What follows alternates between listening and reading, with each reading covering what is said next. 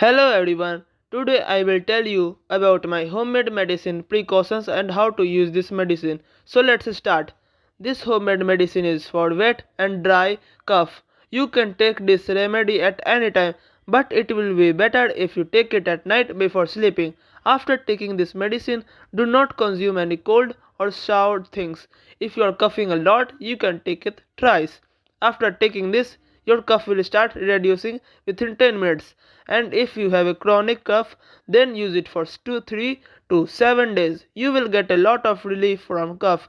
If your cough is very old or is happening a lot, then you can take it for 1 month also. It will not cause any harm. Thank you.